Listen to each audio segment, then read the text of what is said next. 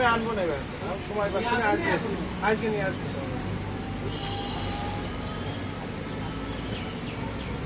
একটু অন্য কিছু খাওয়া নাকি?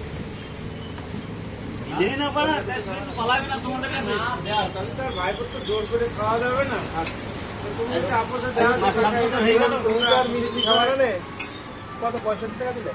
35 টাকা ব্যাগের মধ্যে করে নিয়ে এসো।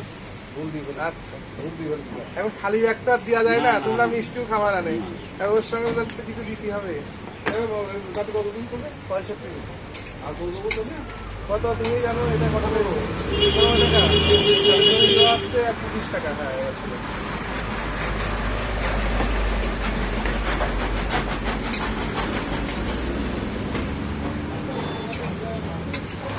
ঘড়িটা ওরম মোবাইল